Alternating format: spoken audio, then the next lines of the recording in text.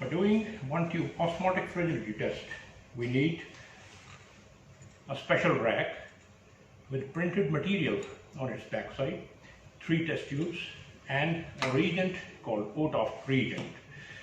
And of course, we need the blood samples. The blood samples are collected in EDTA, and we have to centrifuge the sample at about 3000 RPM for 1 to 2 minutes so that the red cells are packed at the bottom of the tube. Then we take the OTOF reagent, approximately 2 ml of the reagent in each of the tubes, and you can fill in as many tubes as you want to.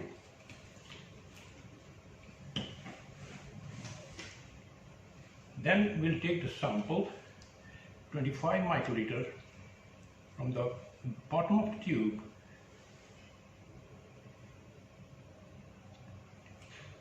and we have to be careful that we don't take any plasma with it.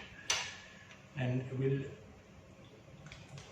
add this to the tube and shake it a little bit. And then the next tube and the second sample.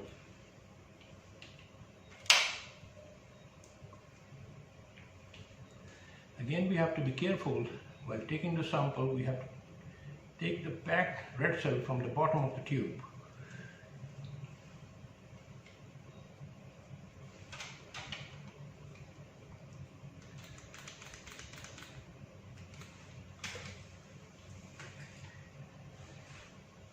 Mix it again and keep it here. Then we wait for about 5 minutes and then we take the reading. One tube osmotic fragility test is a test which is usually done to detect microcytic red cells, and this is a very useful test for population-based screening of individuals who have microcytic red cells. Now this feature is a common finding in individuals having beta thalassemia trait, and here I'm going to show you 3 different types of results of this test. The tube on your left hand side is a positive result in which the individual has microcytic red cells which are resistant to osmotic lysis at a low ionic strength, and therefore you're not able to see through the contents of this tube, and these individuals should be further investigated by doing hemoglobin electrophoresis.